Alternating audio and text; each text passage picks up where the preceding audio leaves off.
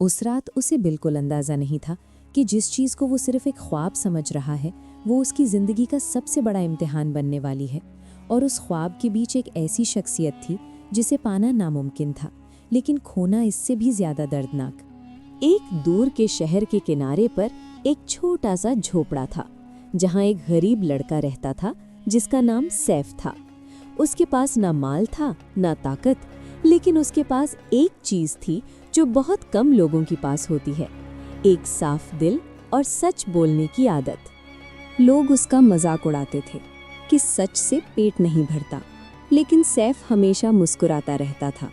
एक दिन वो शहर के बाजार गया जहां उसने पहली बार उसे देखा, एक शहजादी जो आम लोगों के दरमियान बगैर अपनी पहचान बताए चल रही थी।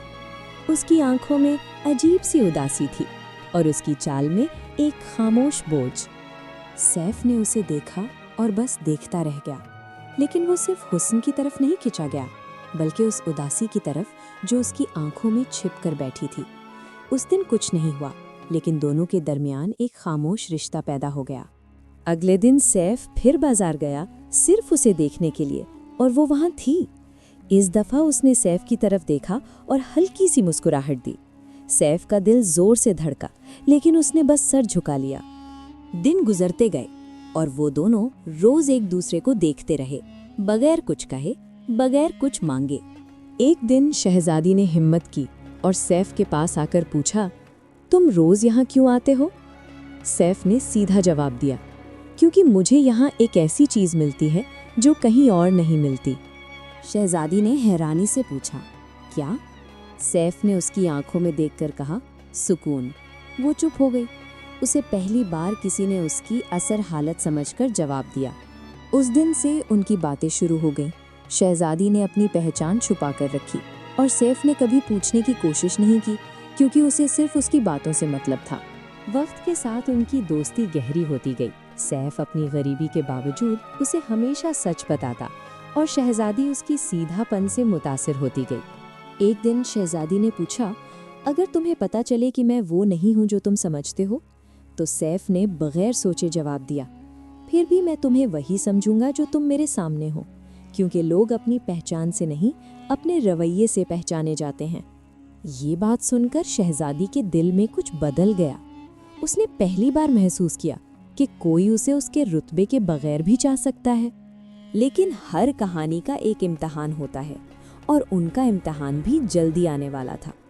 महल में शहजादी की शादी का ऐलान हो गया, एक अमीर और ताकतवर शहजादे के साथ, जिसे वो कभी मिली भी नहीं थी। जब ये खबर सैफ तक पहुंची तो उसका दिल टूट गया, लेकिन उसने कुछ नहीं कहा। अगले दिन जब वो बाजार गया तो शहजादी वहां नहीं थी और ना ही उसके बाद कभी नजर आई।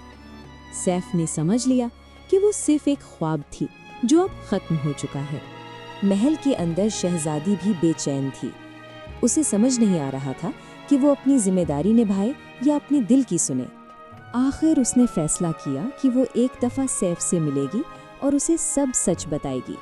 वो रात के अंधेरे में बाजार गई जहां सैफ अकेला बैठा था। जब उसने उसे देखा तो उसकी आंखों में आंसू आ गए। शहजादी ने धीरे से कहा, मुझे तुमसे कुछ कहना है। सैफ ने चुपचाप उसकी तरफ देखा। शहजादी ने कहा, मैं वो नहीं हूँ जो तुम समझते हो। मैं इस मुल्क की शहजादी हूँ और मेरी शादी होने वाली है। सैफ कुछ देर तक खामोश रहा, फिर उसने हल्की सी मुस्कुराहट के साथ कहा, मुझे अंदाजा था कि तुम आम नहीं हो, लेकिन ये नहीं सोचा था कि तुम इतनी दूर हो। शहजादी ने पूछा, तुम गुस्सा नहीं हो? सैफ ने कहा, गुस्सा तब होता जब तुम झूठ बोलती, लेकिन तुमने आज सच बता दिया, इसलिए मैं सिर्फ इतना कहूँगा कि जो भी फैसला करो वो दिल से करना, क्योंकि झूठ के साथ जिंदगी गुजारना सबसे बड़ा अजाब होता है। ये सुनकर शहजादी रो पड़ी। उसे समझ आ गया कि असल दौलत क्या होती है। अगले दिन महल में शादी की तैयारियां शुरू हो गई, लेकिन शहजादी का दिल कहीं और था। आखिर उसने सबके सामने ऐलान किया कि वो ये शादी नहीं करेगी। महल में हंगामा मच गया।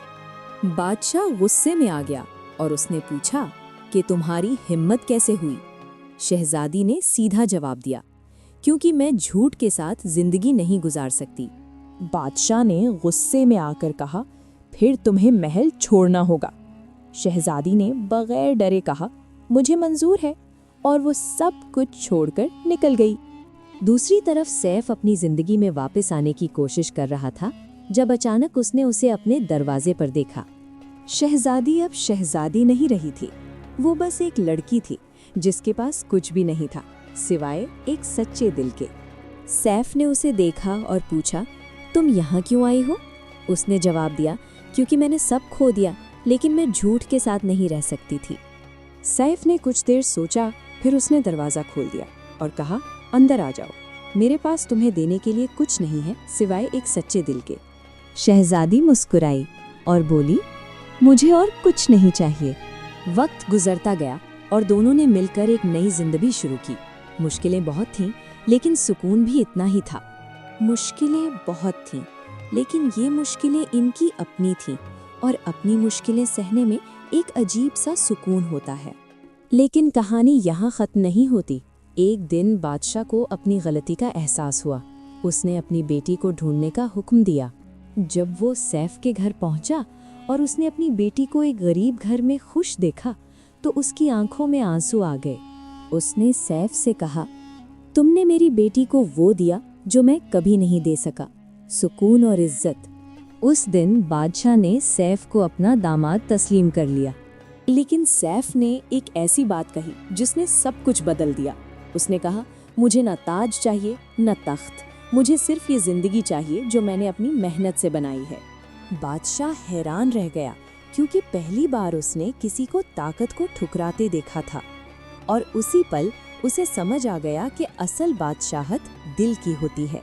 और कहानी का असल मोड़ ये था कि जो शहजादी सब कुछ छोड़कर आई थी, वो असल में पहली बार कुछ पा रही थी, और जो लड़का कुछ भी नहीं रखता था, वो सबसे अमीर निकला, क्योंकि उसके पास वो था जो किसी खजाने में नहीं मिलता, एक सच्चा दिल। और यही वो चीज़ थी जो उन दोनों को हमेशा के लिए जीत गई।